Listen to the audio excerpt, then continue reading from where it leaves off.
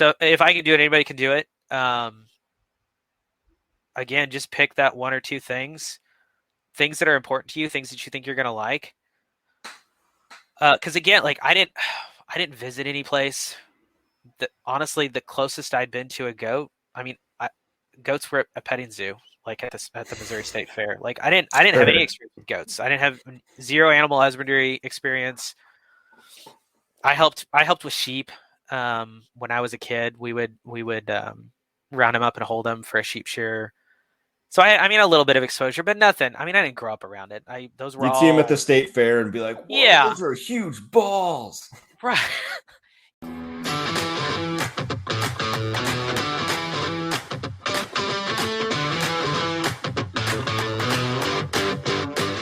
This is the Farm Hop Life podcast. I'm Matt DeRozier. Today, my guest is Josiah Young of Over the Moon near Kansas City, Missouri. Let's find out what got him into growing his own food. How you doing today?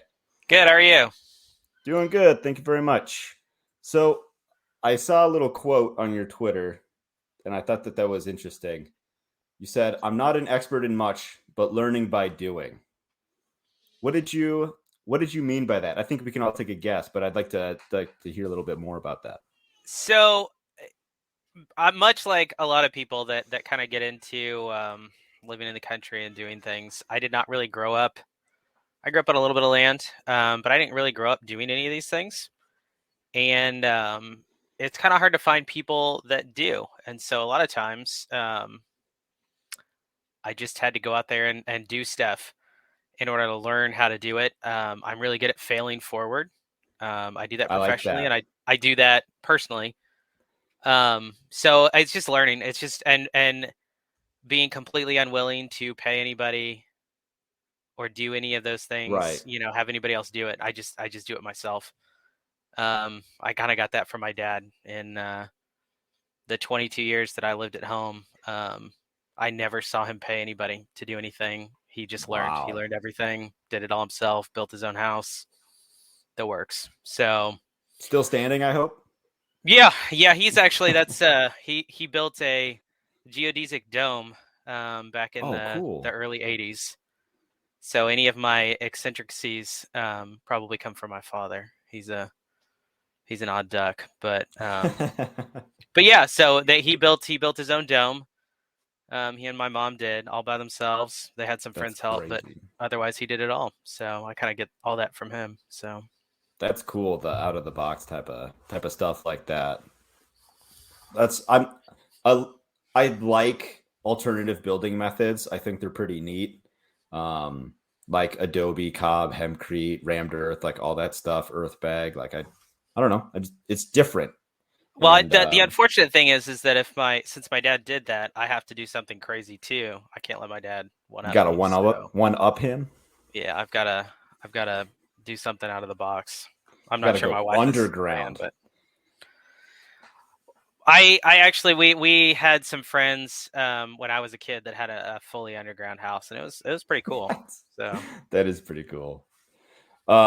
So how did you get started homesteading? You don't call yourself a homesteader. You just make food for yourself, I guess, is what you. yeah, I think slapping a label on it makes it sound like it's not normal.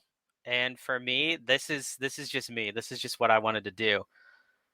It used to be normal. So why slap a label on something that was normal 100 years ago, 150 years ago, whatever. That's a good point. People raise their own food, and that's just what I want to do. And if I can make money off of it, or if I can turn it into a side hustle or whatever that looks like, that's what we'll do. But I don't like the label in general. It's just what Josiah wanted to do, basically. But really, it kind of stems from growing up. I grew up on a little bit of land. My parents, they tried to split between living a city life to some degree, I guess, or maybe not a normie life, normal life, and living on land and doing stuff with it. I mean, I grew up in a dome. I mean, that's pretty odd. But that's kind of where it started is, that idea that I could, we had a garden, we had chickens. We didn't do anything crazy. We lived, aside from living in a dome, I mean, we lived a pretty average life. Um, but I knew I wanted property, and so it took a while. We lived in an apartment for 5 years, and then lived in a house in Kansas City for 2 years, and the market went nuts, and we got out of there, sold out, and moved on to our current property. Recently? Well, it's in 5 years. It'll be five Okay. years in August. So anyways, why that changed, I guess early on, I would probably have just been happy to have a little garden and that be that. Somebody gave me a Joel Salatin book. I don't even remember who it was. Um, and I guess subverted me, converted me, however you want to look at that. Right. But they gave me a Joel Salatin book, and I was intrigued. I had never really thought about it. I didn't really care much about. I still don't. I drink Mountain Dew. I'm not particularly. I mean, I'm a pretty normal when it comes to some diet. I mean, you can see the pantry behind me. Um, but it got me intrigued by all that, and so I started looking into what I wanted to do while we were still living in that house in the city. And when we moved up here, I jumped in with both feet. Probably too much to be truthful. It was a little too much. We did everything all at once that first year or two. So yeah, So that's pretty much the origin story. so let's I'm gonna go out of order here a little bit. Oh, fine. So what did you so your first year, what did you try to do in that first year that was a little too much? First year or two? Big old garden. We took what my parents had done, and I said I can do it better than my parents, and I think it was probably 3 times the size of my parents. Um, on top of that, my wife was well, we had two of our kids. I think she was pregnant with the third, the first growing year we had. So we moved in the fall, so I had a little bit of time to kind of get acquainted with everything. But we did a huge garden. We bought chickens. We did pigs, and we got our first goats, all in that first Wow. 365 days. Um, and it was a bit nuts. I bit off more than I could chew. And I was still commuting at the time. So we live about an hour north of Kansas City. So I was still driving 2 hours a day, round trip, and Wow. it was too much. And my wife was actually working a little bit at the time too. So we would go in together. We would be down in the town for 12, 14 hours with kids. It was miserable. It was absolutely miserable. Way too much. But again, learn by doing. I didn't know I didn't know that was Failing all it was forward. gonna take. Yeah. And I mean I did. We learned what we could accomplish with all that. We learned how to be more efficient with time. That's Sure. I mean that's what I do with my day job is work on efficiencies, and so that was something I had to learn is like I have to be better. I have to be more efficient about it. But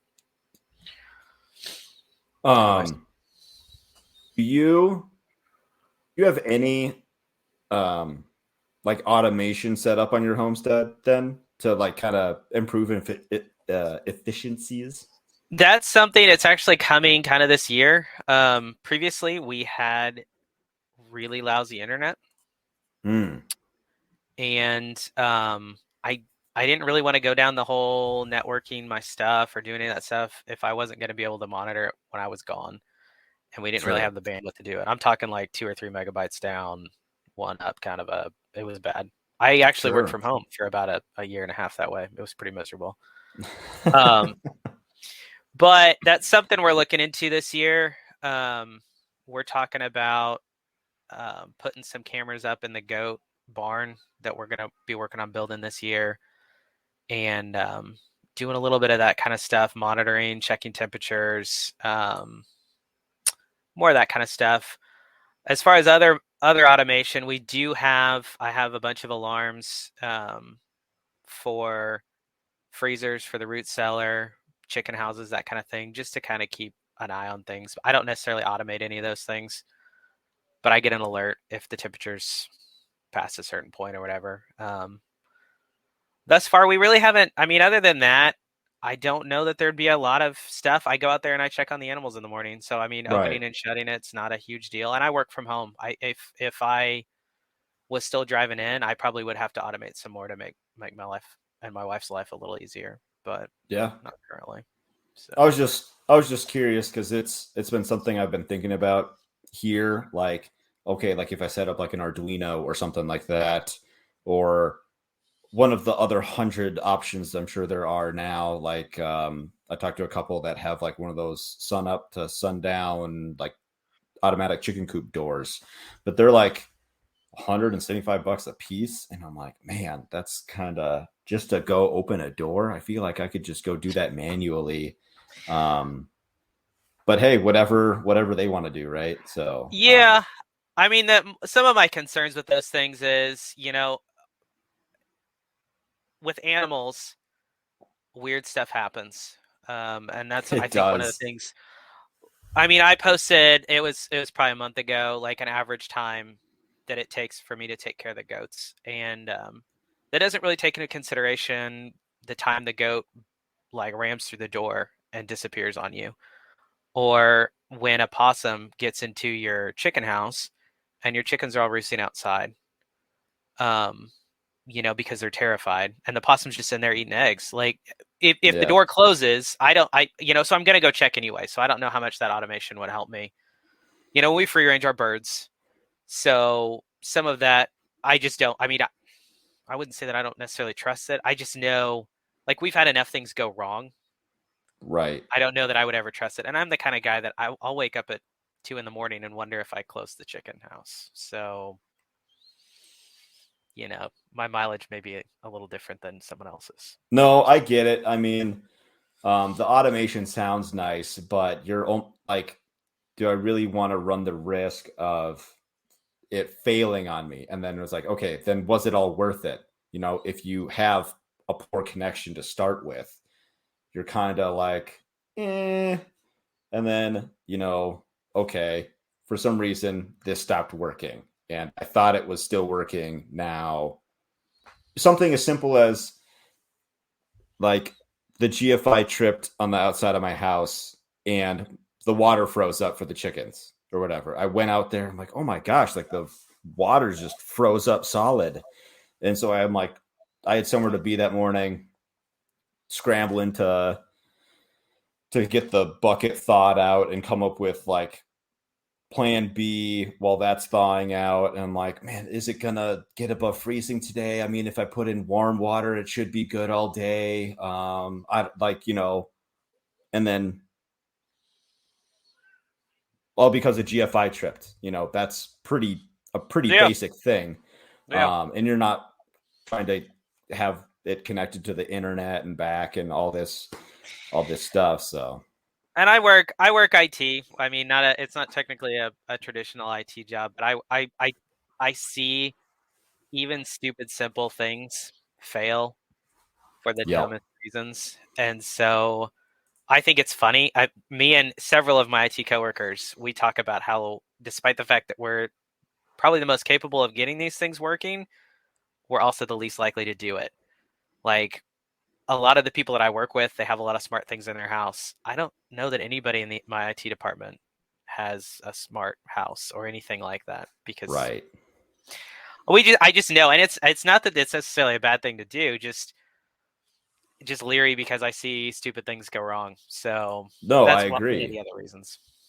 Yeah, I mean, I'm an electrician, and sometimes we run Cat 6 cable. Well, if it's twisted slightly, because Cat 6 is very picky, it fails the test.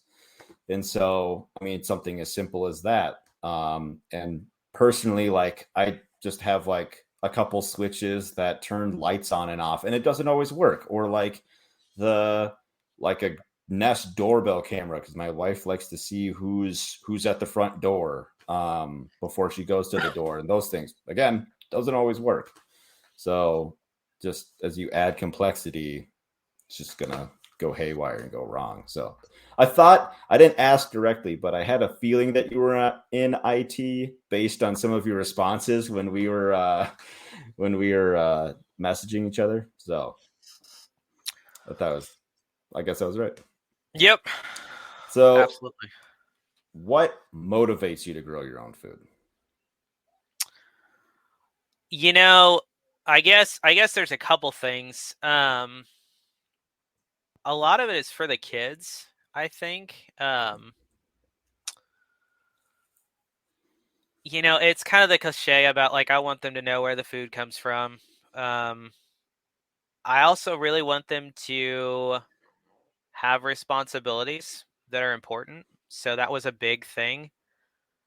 Like I said earlier, I'm not necessarily I we don't spray anything. We don't I mean we're fairly organic, I guess you could say, when it comes to what we grow. But it's not for any kind of I mean I'm pretty pragmatic about it, realistically, I guess. The most important goal is to put food on the table, and then after that, I can start with being dogmatic about how I do it. With the realization that I'm using less chemicals or I'm treating the animal better along the way. But ultimately, aside from all those things, at the end of the day, it's food security, Right. is kind of the big one of late. Um, I was concerned, especially geopolitically. So I work in import export, for an import export company, and so I see how tenuous some of those connections are, how complicated some of those things are. And so even prior to Corona, knowing just what a delicate dance it is to make sure that we have food on our shelves. And when Corona happened and it made it abundantly clear um, that there wasn't much difference between full shelves and empty shelves.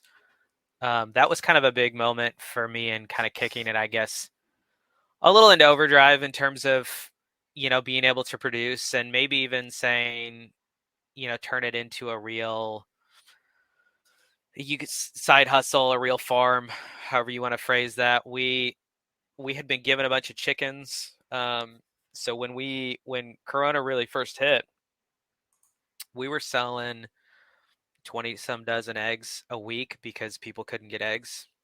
So we would just make once a week trip into Kansas City and Did you say sell 20 dozen? them. Wow. Good for you. So yeah, we have so now at the time I think we had about 50 hens. Um, we have about 40 now, but um, so we were selling eggs, and that was kind of, I mean, we were more than paying for chicken feed at the time. It was before feed costs went up. And I realized item one, I can make kind of a side hustle. And item two, there's clearly a need for me to be able to do some of this. We live pretty far away from a grocery store. Being self-sufficient when it came to eggs and when it came to dairy, it was a big deal. There wasn't a lot of milk on the shelves at the time. So it kind of changed things for us in terms of urgency, I think. We kicked it up a notch in terms of whether, how quickly we could. Self-reliant isn't really an accurate word. The way I see it is most people look at homesteading as like a horizontal monopoly. You want to like take care of everything across the whole, all your veggies, all your meat, all your dairy, all that stuff. And I think it's probably a lot more accurate historically as well as realistically to look at it in vertical monopolies. I want like the goats. We still import. We still buy hay, but if I can make it so that I run the whole goat chain, we have a buck or $2. Mm-hmm. We do all the breeding. We cut all the hay here. If I can run that whole operation, then I am completely resilient in that way. Yeah. And that means I can barter those things for anything else that I need because nobody, no man's an island. And so for me, that the food security ultimately was what it came down to. I'm kind of rambling there off the question there, but No, that's food security was what it's all about. So at the end of the day, are your goats for meat or for milk? they're they're mostly for milk. Um, we had it was another one of my homesteading mistakes, I guess you could call it. The first year we were here, we had a friend of mine. He had a bunch of Boer Kiko goats. Um, he brought I've up, never and we heard of used that them. breed before. It's a cross. They're Boer slash Kiko. Um, Oh, okay. they're Still big haven't old heard of meat. that before. Okay. Um, that's to my recollection. They're big Okay. old meat goats. It wasn't something we were particularly interested in, but he brought them in and ran them in our pasture. Our pasture was hideously overgrown.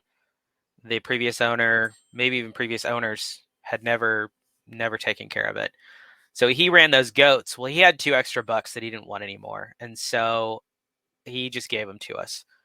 So we slaughtered them about a month after we had them, and put them in the freezer.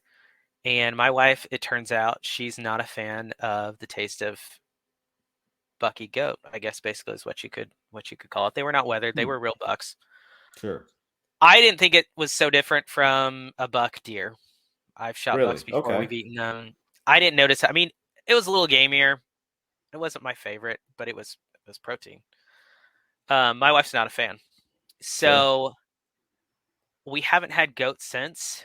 Um, Basically, she tells me that if push came to shove, we could eat the goats, but we've also been able to sell all of the little bucklings every time. Wow. So I mean, it's not a huge income stream, but it's a little bit of money. And thus far, that's her impetus for selling them. She gets on Craigslist right away and lists them because if we keep them, I'm going to eat them. So she has a reason to list them. But That's they're funny. milk goats. We have all of them but one are Nigerian dwarf goats. Okay. So they're not very big. They're kind of Mhm. perfect. I know lots of people have different feelings on the matter, but for me, they're cheap. At least locally, you can get a doe for 150 bucks. I'm not talking Very papered. common. Yeah. Yeah, but they're 150 bucks here. You can get a buck for 75 bucks, um, and you can throw them in the back of a van. And at the same time, Sure. the math, it sounds horrible, but the math is if I lose a goat, it's not a huge deal. I mean, it's awful. Don't get me wrong. I don't. Nobody likes losing animals, but if something goes wrong, I have 14 other goats out there. Sure. I can't. We don't have the land. We have 21 acres, and about half of it we use for the homestead per se. So I don't have enough land to really run a fully contained cow herd. But goats let us run a lot of animals, potentially run a couple bucks, and keep the genetics, clean. Um, but they're small, easy to handle. Like I said, you can throw them in a minivan, and having a bunch of them means the milk supply is a lot more resilient than just the one dairy cow or two Right. dairy cows or however many I could realistically handle here, which is why we did it that way. So it works for us. Good. How much does a goat buckling, I guess, go for on So we've been Craigslist? selling ours for about $75 a piece. So Oh, it's not nice. it's not bad. We've never sold a doeling. We're still kind of growing. We're still trying to figure out, like I was talking about with a vertical monopoly. We're still trying to figure out how many does we'd need in milk to provide butter, yogurt, um, the fresh milk, ice cream every now and again, that kind of thing. Sure. We're not quite there yet, but most of our does, I think we're milking 3 right now, and I think we have 2 more that'll wean off here in a little bit, and then we have 4 more that are bred. So potentially we could find out this summer exactly how many goats a family of 7 would need to keep us fully in dairy. So we'll So find then out. how many gallons are you getting a day?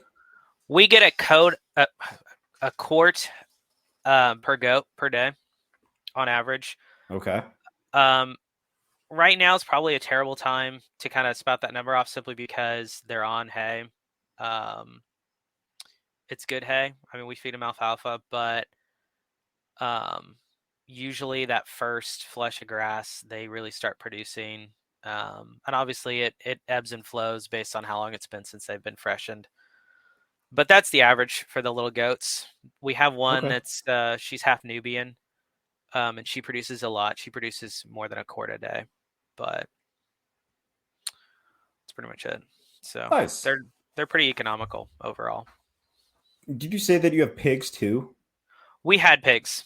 Had Um, pigs. Okay, I didn't know if you so still had them. that first year we had them. I had one. It didn't make a whole lot of financial sense. We processed them all ourselves. Um, That sounds like a lot of work. it was. We had two. My wife's cousin lives pretty close to us, and so he basically paid for me to care for one of the pigs. It was a lot of work. Um, and then we hadn't really been connected in the community very well. There's some opportunities now to I posted about it on Twitter, but we picked up a bunch of down corn, and I think if you can make some of those things work for you, then maybe you could make it make sense. But it didn't really make a whole. It didn't end up. The math didn't work out very well for us. Okay. I'd probably try it again with maybe a bigger pen and maybe with some of the connections I have now and some abilities to kind of scavenge food. But at the time, the math didn't make sense, and one of them got pretty aggressive towards the end. Hmm. So I have little kids.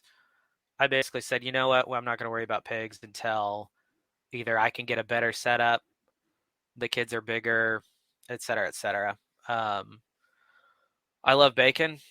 I love sausage. So someday we'll probably end up doing it, but it'd have Sure. to be a Yeah. different setup.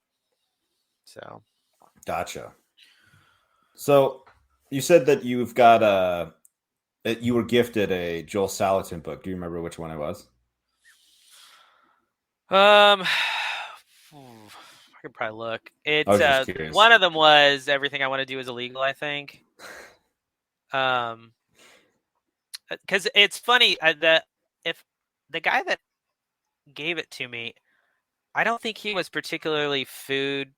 I think he was more just a libertarian bent, like he just hated the government intervention. So that's the reason he gave it to me. But I got curious, and I think I picked up a couple more of his books. I Sure. forget. There's two others that I really liked by him. But yeah, I think it was Everything I Want to Do Is Illegal, or whatever that one's called. So What's funny about that book is like I will when it get sometimes it like makes its way across like the internet or whatever every now and then, and like I always see it just the book title but never the author. And I'm like, will you at least give credit where credit's due? Like, come on, that's kind of a dick move. yeah, I agree. So the reason I ask about the books is I was just curious what methods or techniques, practices that you've got on your farm, like rotational grazing or paddock shifting or something. So we have I forget how many links of Premier One electric netting that we use for the goats. I think it's 300 total feet, but we run that in the yard a lot.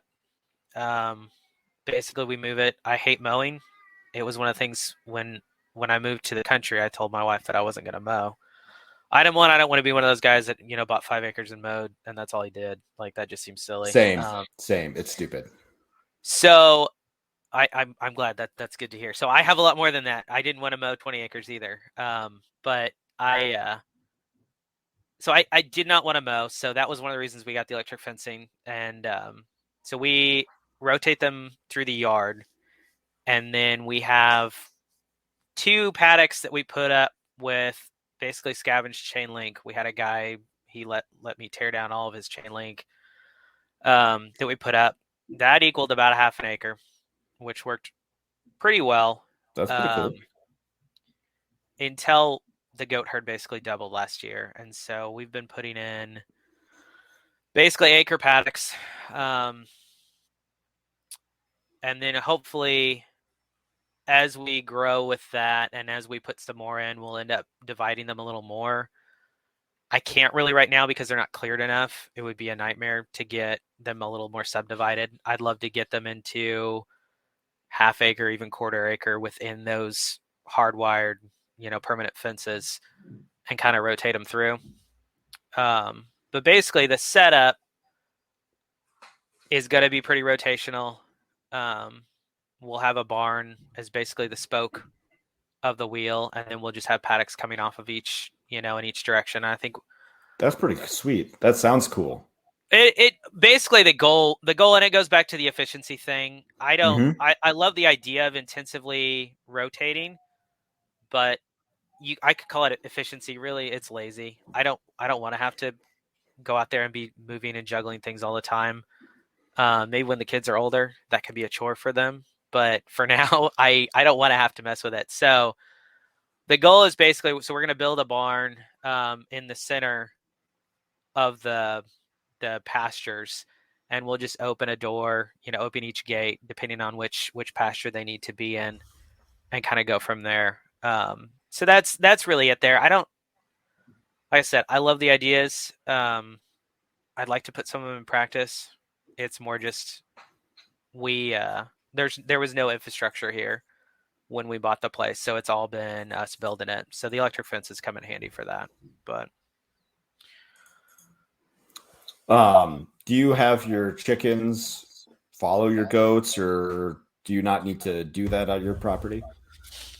we basically, so when we first, I guess backing up, when I grew up raising chickens, we had a very conventional setup. Dinky little run, 10, 15 layers, that was it. Um when we first moved up here, that's exactly how I did it. And I didn't like it. It was a um just a standard, I mean, it was a cheap little Lowe's shed that the guy had bought prior to us moving up here. So I used that. We had tried a chicken tractor while we were living in Kansas City. We were trying at my parents' house still. We tried meat birds in a chicken tractor, and it went horribly wrong. We had a raccoon sneak underneath the tractor Oh side no. and kill half the birds. And then 2 nights later, after blocking all those holes up and turning it into Alcatraz, it got in again, and we went from 50 meat birds to 18. So ultimately, all that to be said, I think a lot of times these, I'll call them fancy ideas. They're not really.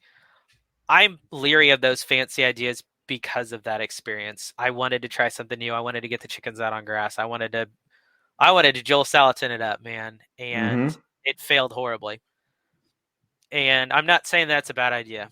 I've seen it work. It's never worked for us. So I hated putting the chickens back in a house. It wasn't fun.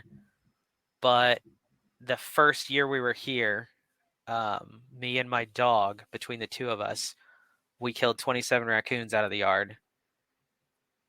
And they weren't getting to the chickens or anything. There was just that many raccoons here. Wow.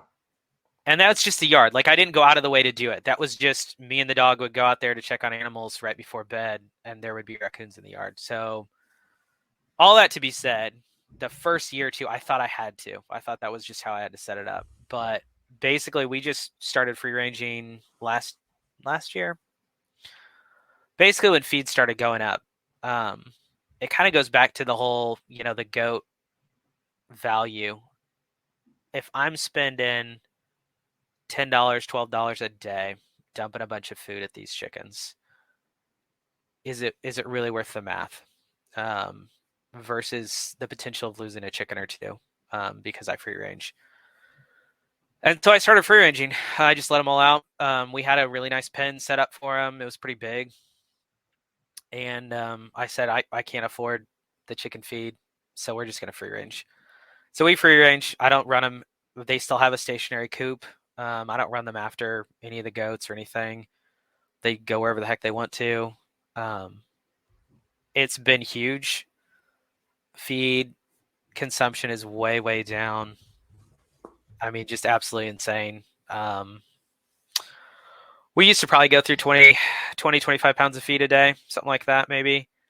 We have a few fewer Wow. chickens. Died of old age. We haven't had a single predation issue in the year that we've been doing this. Um, so we have fewer chickens, but we use way less food. I mean, down to just a couple pounds a day, really. And they seem healthier. I realize that's kind of a subjective thing to say, but they do seem healthier. They run around a little, a lot more. It's fun to watch them. On top of that, Yeah, I don't really like chickens, but it's fun to watch them free range. So, it is. Yeah. but So that's really it when it comes to the animals in terms of, so we free range them. Honestly, towards the end of last year, we were kind of free ranging the goats. We fenced off the orchard and the berries, and then let them just go to town and figure things out. They didn't wander too far. Again, we never had a predation issue, despite the fact we get neighbors' dogs. And we ended up not having to feed hay into December, despite the fact that we didn't. Um, I didn't do anything special. I didn't have any winter pasture. I didn't pull a Greg Judy and like leave a bunch of paddocks. We just let it go, and they scavenged. So we've had some. I mean, a lot of learning. Again, learning by doing. When it comes to that stuff, initially we did things really conventionally, and kind of learning how to get away with doing something in a different way, something that works for us. Um, so that kind of worked out when it came to the animals. Very nice. So, do you use any of your chickens or like goat manure in like building up like compost in your garden or anything? Or Yep. So we do basically the what a deep bedding or whatever for the mm-hmm. chicken house. We don't heat it or anything like that. We just throw a bunch of bedding in through the winter. What zone are you in? 5B northwest Missouri. I think Okay. it's 5B. Okay. So we get pretty cold. We usually have, this winter was really mild, but the chickens have been just fine down to -25 for a couple nights with nothing. So it worked out pretty well. It does keep it a little warmer. I don't know how much warmer. I'm sure they'd be happier with a heat lamp, but they survived. So anyways, we every spring I clean that out, and then we keep it pretty shallow in there. And then the goat manure, we muck the barn out, because prior to this year, they spent most winters in the barn, Okay. just in a small little lot. The hay was in there, so it was a little more convenient. Um, this year, we put them on one of the little paddocks, most of them, with the exception of ones or had babies. So that manure is not going to be quite as easy to use. What Hopefully, because goat manure is not as hot. So the Mm-hmm. plan is to take that paddock that's basically grazed or beaten to bare dirt. We're going to till it up, till in all that poop, till in all the nutrients we got from the hay, and we're going to try some grains. It's about a quarter of an acre. So we're going to put in um, corn in that and try and, well, just kind of an experiment. It's a pretty cheap experiment. Corn's cheap. So we're going to plant corn and see what happens, see if it's Yeah. worth basically hard, winter paddock, have them beat it down, have them doing a bunch of the work, have all those imported nutrients from the hay, and see if that's enough to get a decent corn crop. Um, enough. The corn that we got when we went and picked up corn, it defrayed feed fairly well. I mean, so for us, that's kind of it. Is I'm trying to work. I'm basically relearning what everybody already knew, which was, graze it, then you can plant in it, and then let it go fallow. Like, we don't have to do that again. We can let it get back. I can put a better seed, a better pasture seed in there, let it bounce back, Sure. and then give it a break and not let it be a winter, paddock for a year or two. Which again, I think some of that is just it is relearning. It is learning what works for us. And again, I mean, some of those things, like, you read about them in books, and some of that really does. I mean, it does work. So Nice. Um, about your free ranging your chickens, would you say that that's one of the things that you've tried and worked well? Was there anything else that you tried oh gosh, yeah, like? free ranging chickens absolutely worked really, really well. It was a huge one. Um, the the goats and the electric fencing was one. Moving them regularly. How often do you I have to move them? Did you say? It just kind of depends. the more goats, obviously, the more goats we threw in there, the more often we had to move it. It's not a particularly huge. I mean, 300 feet when you turn it into a square, it's not particularly big. And a lot depended on seasons. That was something we ended up learning. I think the hard way. It was Because great you're because watching the grass.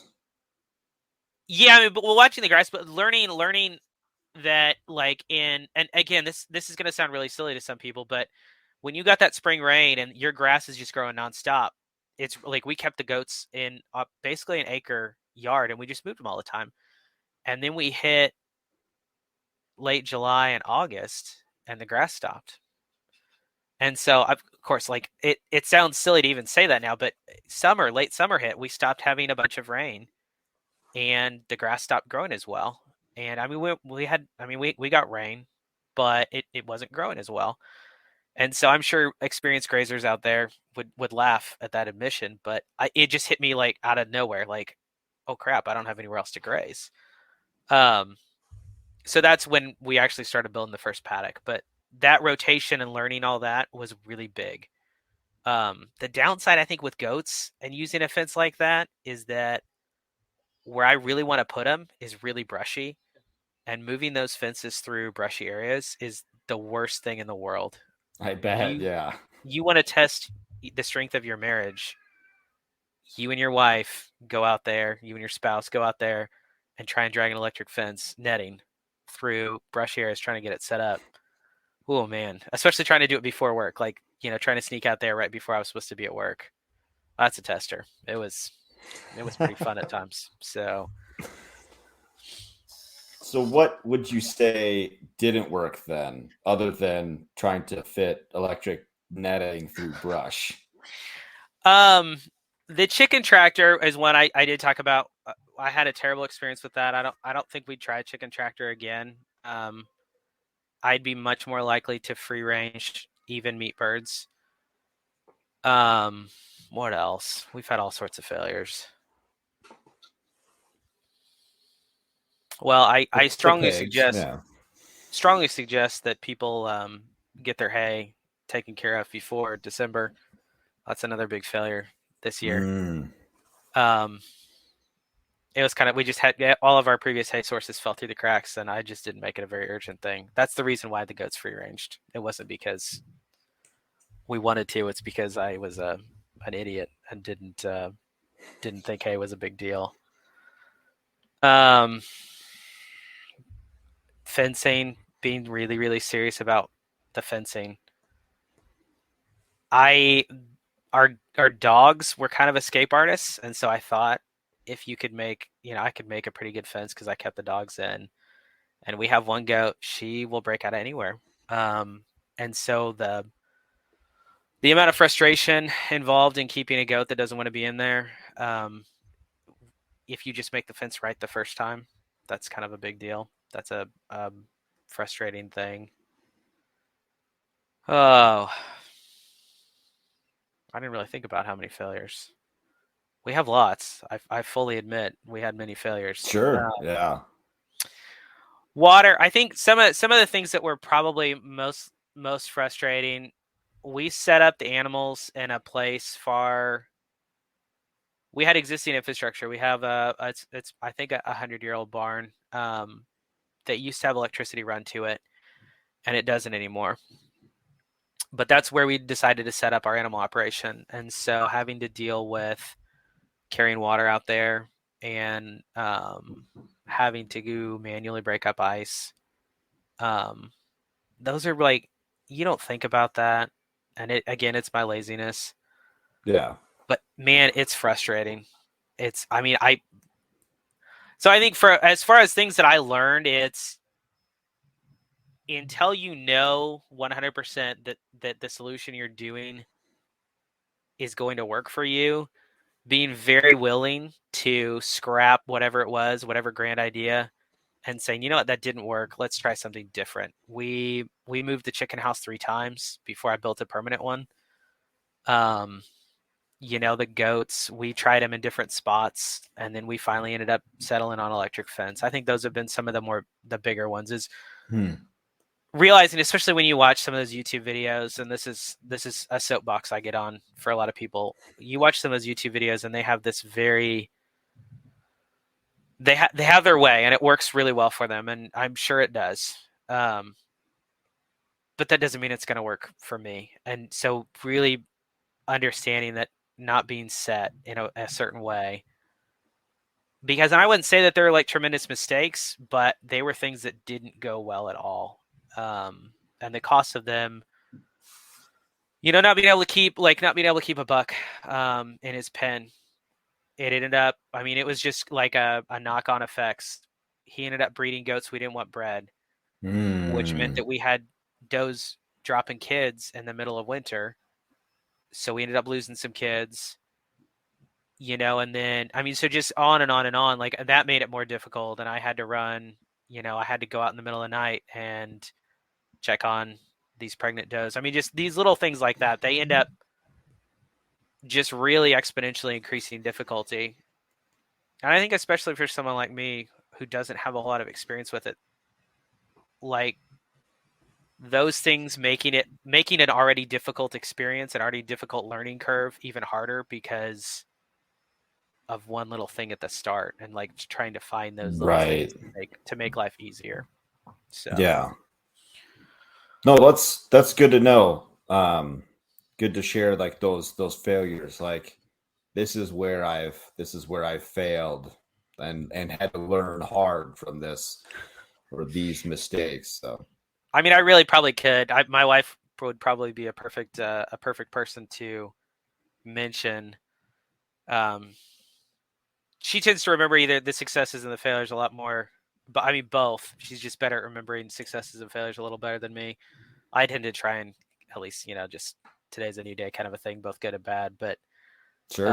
I'm sure she could remind me of a few more ridiculous failures that we've had. As far as I guess one of them, it's not necessarily animal related, but we got up here. It's a 100-year-old farmhouse, and there's no wood burning stove or anything like that when we moved in, and we just kind of assumed that the previous guy really liked money and didn't want to just burn his money in this furnace that he had.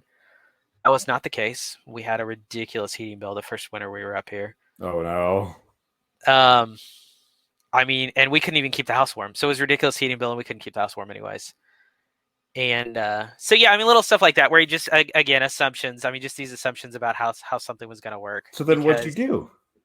we ended up. So basically, we just suffered. We suffered through. I will tell you right now, we had the summer before, even with an air conditioner, we were at about $100 a month, and then in February, the first winter we were up here, we had a $440 electric bill. So 4 times, and it was cold still. It was miserably cold.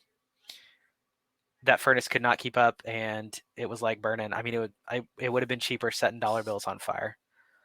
So we ended up going with a wood burning stove. I put it in, and it's worked much better. We took out the furnace actually, so we're solely wood heat in the house now. That's So pretty sweet. it's worked out really well. So, and we Do you have have anything? No, so go ahead. we have a bunch of the property's 13 acres of timber and about 8 acres of pasture or brush. So not, I mean, we've gotten given a bunch of wood, so I'll sometimes go to other people's houses and get wood, but I mean, we could do it all here, so that's worked out really well. So it's, I mean, aside from a chainsaw, it's free ish. It'll pay for itself. So Yeah. Um, so do you have anything unique that you're running on your property or that you're trying to grow or anything like that? I've done tobacco 3 years now. What's unique? So it's pretty easy, really. I'm kind of surprised more people don't do it. Especially Missouri has really, really low tobacco tax, but obviously not every state does. So I'm kind of surprised more people don't do it. I would say it's probably about, I mean, it's about as easy as growing tomatoes. Obviously preparing the tobacco takes a Tobacco. little bit, but it's really, yeah, I mean, it really is about that easy. Obviously it takes some work, and I've been told I'm not a smoker. It was really just for kicks and giggles. I Okay, because worked I with was gonna ask, like, do you smoke it in a pipe or like personal consumption? I don't know. What roll your own um cigs?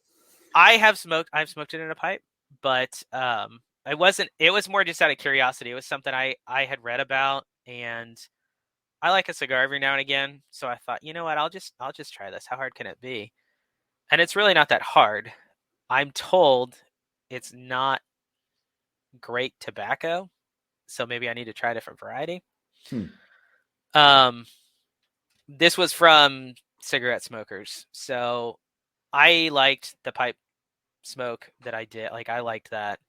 Sure. Um, but that's something we've tried. It also keeps away pests growing the tobacco. The insects Okay. don't like it, so it was Interesting. kind of a double whammy, I guess you could say. Um, other than that, I'm not. I mean, that's one of the reasons I try and shy away from the label of a homesteader or whatever. Anyways, I'm not a particularly unique. I mean, we don't. I don't think we really do anything particularly crazy. Partially by design. Um, you know, I think especially. I mean, we homeschool our kids. How many kids do you have? So we have five. Wow, good for you. So we homeschool them. I work a day job, so I if I can learn from somebody else, I learn from somebody else, which means uniqueness isn't necessarily something that I strive for. um, I'd rather someone else learn the lesson for me, despite my philosophy of learning by doing. I'll watch YouTube videos and whatnot to learn, but Right. yeah, I don't think we really have tried anything crazy really, other than the tobacco. I think my daughter wants to grow some peanuts this year. I don't know very many people that grow peanuts like small scale. No, I So, just SpongeBob, I think. I've seen grow peanuts. so we'll see how that goes. But other than that, like I said, I it's pretty normal stuff. As far as unique stuff, we're probably gonna try. So I bought a sawmill um, back in December. It's finally here. I'm building it. I'm actually short some parts, so that's been a little frustrating. Oh, of course, your Yes. short parts. So It'll be it's another 6 months before you get them. Well, they actually it we were lucky. They're little plastic injection mold pieces that the um, engine raises and lowers on. Um, they shipped me the wrong size, but Mm. so I waited 8 weeks for it, and then we were sick the week I got it, so it was pretty miserable. And so when I finally get out there, I go through the first, I get the whole bed made, and then I discover that we're short pieces. So it was a little frustrating, but we're gonna try building our own house here. Um, so that's I guess you could say that's unique. So I'm gonna do all the work on that. You Five take kids, lumber from your hopefully place? from the property. I don't know what in terms of lumber and how it works in other states, but here in Missouri, the big cash crop is walnut, black walnut, and cottonwood. Right now, people make pallets out of. And surprisingly, despite lumber being ridiculously expensive right now, um, nobody else really uses a whole lot of other wood. So my hope is to use some of what we have on our property, and then other What people in the varieties do community. you have? So we have a lot of oak. Um, it's an oak and hickory. Northwest Missouri's it used to be oak That's savanna. pretty nice. So I have some options, but right now, white oak usually is a cash lumber, but nobody's really buying it right now, from what I understand, at least here Hmm. locally. And there's other options. Most people don't use their hickory, but hickory is something I can make cabinets and hardwood floors out of. Honey locust is actually really comparable to oak in terms of strength. It splits a little bit, but so the plan is to timber frame. I told you earlier that I couldn't let my father one up me with a dome, so my plan is a timber frame house that we'll Dude, build. I So love timber frame houses. The I'm kind of taken with them. So Man, it's gorgeous. The joinery, like it's just those guys that like really do it. Um, they're just like masters in their craft. Like it's just I don't know, just like ooh, that's I kind of watched cool. a who was it? Northman, you know that YouTube channel at all? I don't think so. I think they're in Latvia. I want to Okay. say they're an Eastern European. It's a guild of people that basically just do things traditionally. And I think the guy that runs it, he's a carpenter. I think it's the guy that runs it. I don't necessarily know all the backstory, and it doesn't help that it's in another country. But he has like a 20-minute video of him making this cabin primarily by hand, um, logging with a 2-man crosscut saw and hauling the wood Oh out my behind a gosh. horse, and then doing all the joinery. And I was really, really taken by that. My wife would probably have preferred that I had never seen that video, but I was really Probably. taken by that. Building your house will take 10 times longer, but man, when it's Yes, done, it'll be so amazing. yes, and I mean, I guess it's me being cheap too, but the goal is to try and stay out of debt for that build. So the point of it would be, we get the mill, and then at least the majority of the things we can source very locally. Keeping consumption down that way, and cheaply. So that's the That's plan pretty there. cool. I hope so. I hope so. It's kind of a bit of a gamble. Learning how to timber frame. I mean, the goat barn that I was talking about, that's going to be kind of the first project. Oh, With so kind timber of get frame. your feet wet in it. Okay, this is how I like this type of joint or whatever. Yeah, or Like, just I can do this, and with the goats, if the barn falls down, it's at least it wasn't me and my kids kind of a thing. And the yeah, beauty of it, I mean, ultimately, if it turns out to not be something that I like, or it turns out that I don't have nearly as many uses for the mill, it's an asset that can be sold. So it's not a right. it's I mean, I'm not it's different than if I just spent, that money on part of the house build. This way it's a good that I can sell later. So we'll find out. I'm sure I'll post about successes and failures about that. But that's probably Looking going to forward be to this. seeing it. Yeah, it'll be fun. It'll be interesting. So Speaking of plans, what's your plan with the goat herd? You kind of touched on it earlier, kind of build it up a little bit and then sell more, I'm assuming. the hope, basically, we're gonna kind of dip our feet into that and see. I've touched upon it on some posts, but it's about $4 a quart for goat milk at Sprouts in locally, and that's pasteurized goat milk. And so my thought is to just try and find some people. Do you That pasteurize or do you just we do not. So I okay? I would assume. I mean, it's legal here in Missouri to sell farmer direct raw milk, so I don't have to. I won't be worried about any kind of legal hurdles. Okay. We thought about doing a herd share. Basically, we're just going to try and dip our feet in it and see if it's worth it. Um, I don't necessarily. I guess that's my wife has her own little side hustles, and obviously I have a job, and so I want to make sure. Because at the end of the day, that's not entirely the focus. Like, I'd love to make money, and if maybe we can time it so some of the kids, all our kids are really young. They're all, I think, well, I don't think, I know. The oldest is turning 6. Um, so, Oh wow, just pumping them out. Bang, bang, bang, bang, bang. well, we did have a surprise, but then we also were in the middle of adopting one of them, so they're all Oh. all way down there. So yes, it does look a little crazy, but they're not all biological. My poor wife was not pregnant quite that much. Um, but my dream with some of those businesses is to be something that kids can run pretty much by themselves, Sure. as they get older. So have one that's responsible for the dairy, one that's responsible for the eggs, have one that's helping me with the mill or whatever.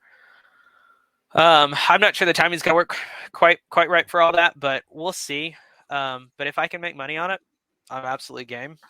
Um, One of the downsides with dairy that's different, obviously, with eggs, the milk doesn't keep as long. So with gas prices Right. going up, I don't drive to the city. I only drive to the city twice a month. Um, so delivering it to people that would actually be interested in it will be a little difficult. So we're still trying to work all that out. If I'm selling a quart for $4 and gas is $4, you know, it takes a lot of milk to be worth going. I mean, I guess it could pay for my trip to the city, but so we'll have to see how that all works. But the goal would be to Yeah, keep growing it, get to the point where we can start trying to sell milk. If that doesn't work, then we'll just take a step back, start selling some of the doleans, and not expand the herd past that point. But I guess like anything with any of those small businesses, there's a high likelihood that it'll fail. And we've tried, both my wife and I, we've done some entrepreneurial type things and failed at most of them, with the exception of her current endeavor. So we're kind of used to it, trying to make sure that we don't get all our eggs in one basket, and we're willing to, we have the ability to fail and not be too stuck into a business idea. So we'll have to see what happens with sure. the Be a little dairy. flexible and see Yeah, what's yeah. looking promising. Sure, I gotcha. So we'll see there. What what has been the biggest challenge in homesteading, or in your case, just providing your own food that you faced? What's the biggest challenge? Honestly, it's probably trying to live the balance. I think I mean, it was a topic of conversation on Twitter this last week amongst some of our mutual acquaintances, that that homesteading, it's fake. Um, and I don't necessarily agree with trying to balance the normal, such a weird word to use it, but trying to make sure, like, I work 40 hours at least a week, making sure that we're making progress on the things that are important to us, um, in the homestead, or all the other things that accompany that. I talked about, I do almost all the work around basically everything here. So if a car breaks or whatever, so I mean, I have to juggle all those things on top of a homestead. Um, and so basically, and it goes back to just being overwhelmed when we first got here. It's really trying to take manageable bites at all of these projects when you're living a double life. Um, Mm-hmm.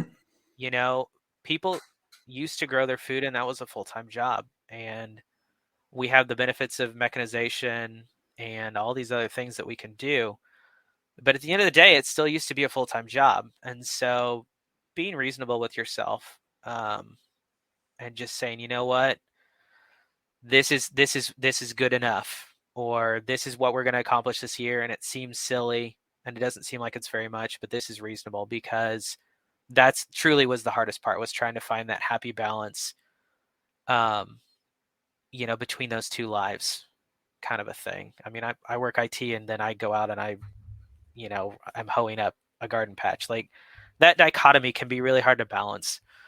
And especially Right. with friends and family that, they were used to Josiah the city. I played video games and board games with friends, and, this is pretty an average urban, suburban dweller. So trying to Right. balance all those things is hard. So I think Yeah. that's probably the hardest thing about how we choose to live, is trying to make those balances, and making all that work for the family. Right. There's a thing going around on social media right now. It's like people feeling burnt out on doing this, that, and the other thing, and whatever the little audio overlay is. It's like, just do more things that matter is what the key is. Like, don't try to do everything. Just do more things that matter. So, and I like that.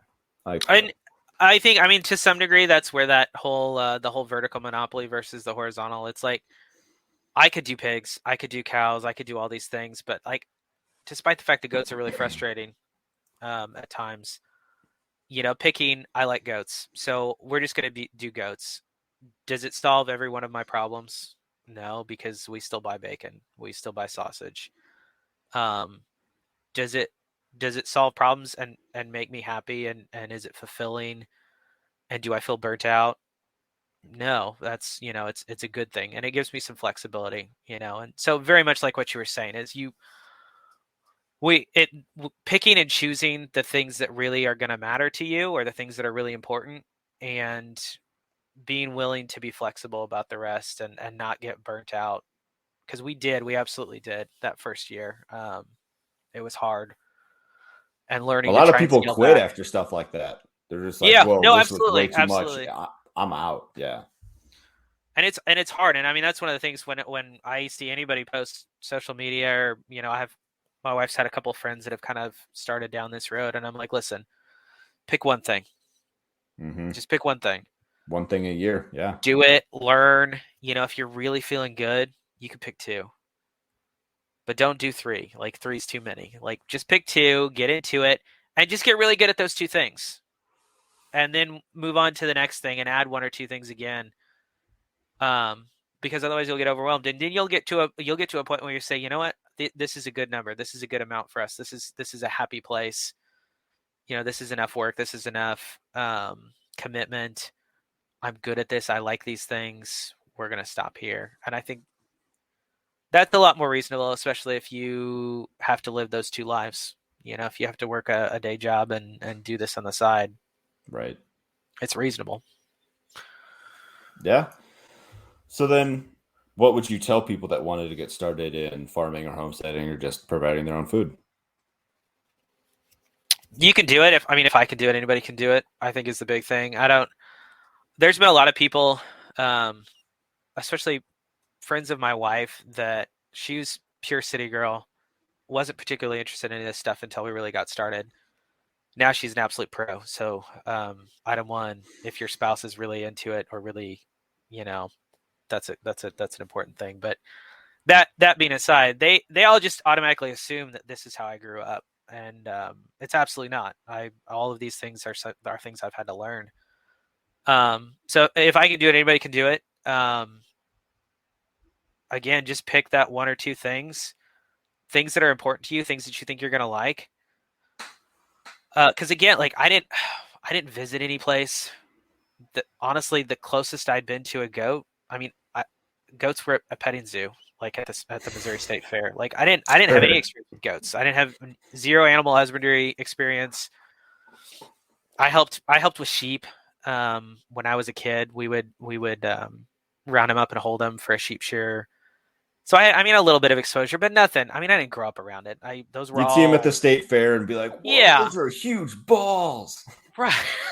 It was nothing. I mean, those were unique enough experiences that I remember, because they were odd. It wasn't a normal thing. Um, so yeah, I didn't have anything, and I still don't really know anybody around here that has goats. I mean, I know I've seen them, but learning, it's hard because of the time commitment, but animals know what to do. And so it's not particularly hard keeping animals. If you can keep a dog, you can keep a goat. Um, Milking goats is a little bit of a different story, but if you can keep a dog, you can keep a goat. So none of it's particularly hard. It's not intellectually challenging or anything like that. So I just tell people, do it. It's not there's no big hurdle. If you're willing to do it, if you're willing to put in the work, you can figure things out. And especially, I mean, I wasn't on Twitter at the time when we first got into it. I was not on any internet sites, Right. really. There's a lot of opportunities for people to learn on Twitter, on Instagram, on YouTube, um, and how to do these things.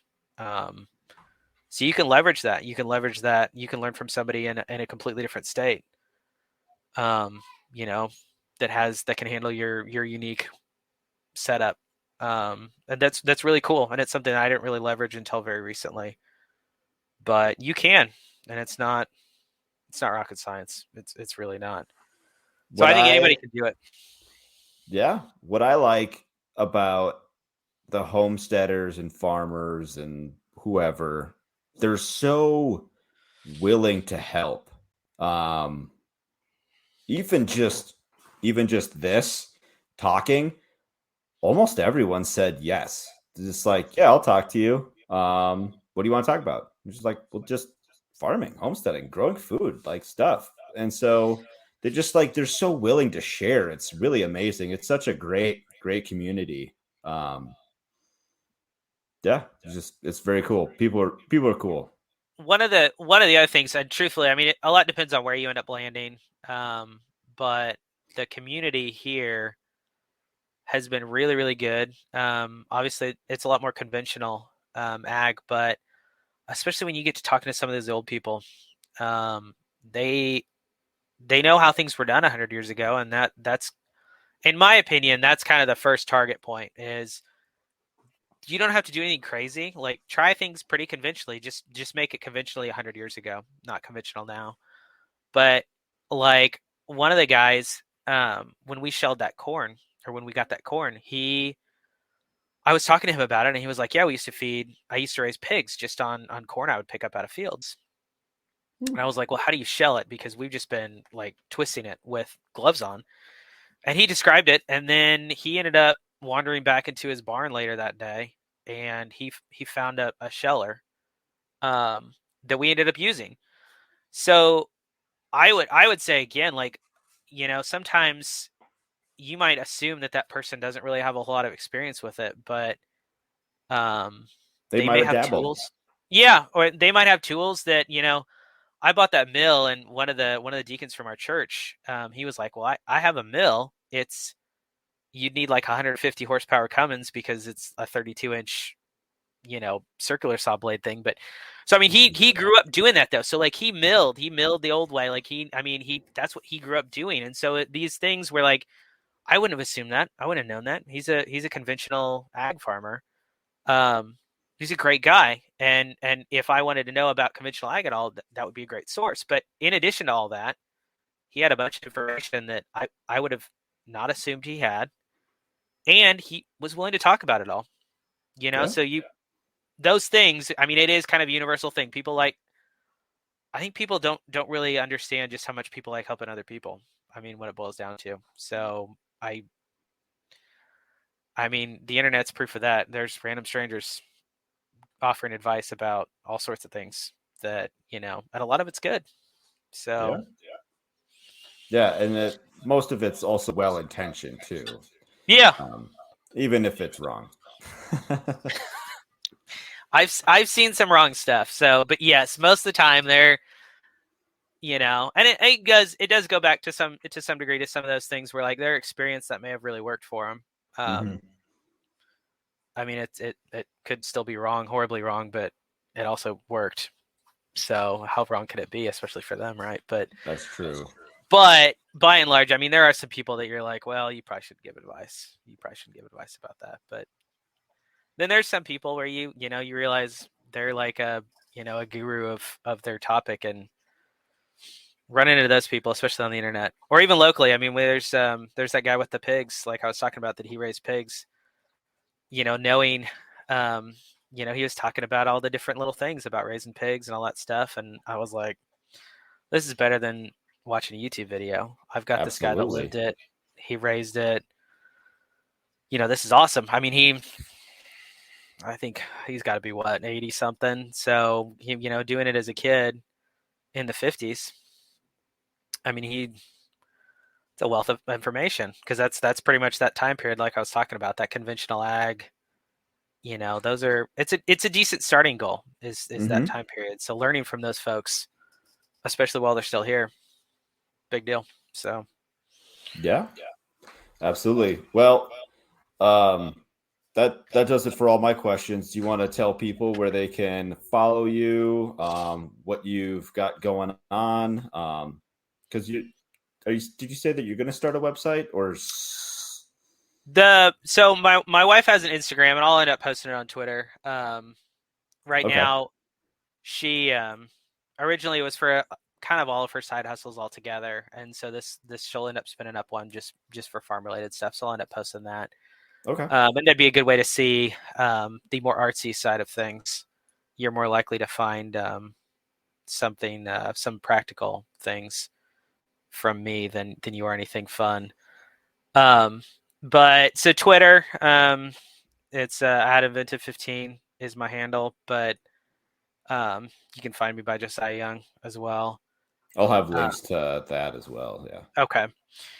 But yeah, so we'll end up we'll have an Instagram and a website up probably within the year. I realize that's kind of a long time frame, but we don't really have anything to sell right now, so that's pretty much more Sure. just getting the word out. But yeah, I kind of post a stream of consciousness stuff, but you're gonna see the attempt at a goat barn. Again, just watching some YouTube videos and a book, and I'm gonna go out there and try and build a goat barn, timber frame, and you'll see some more goat stuff. And I'm pretty big on the math side of things, so I've had a couple posts like that, and there's some more coming down the pike as far as what's the value, how is this worth it from a financial aspect, is this worth it from a time aspect, um, kind of things. I don't necessarily say a whole lot of unique things, but really it's just more like anybody can do it. So I don't have a lot of plugging to do. Like I said, I don't even sell anything, so I can't do it. I can't do a whole lot of plugging. But That's all right. You're selling knowledge is what you're doing right now. I'm giving it free of charge. So, and There you go. That was the amateur value. knowledge. So Hey, we all had to start somewhere, and yeah, that's right. somebody's behind me. So, but hey, I appreciate your time tonight, and No, it was a lot of fun. I it enjoyed was a talking to you. lot of fun. Yeah, me too. And so, yeah, for everyone else, you can follow Farm Hop Life almost anywhere. I'll have a link in the description. So, see you later.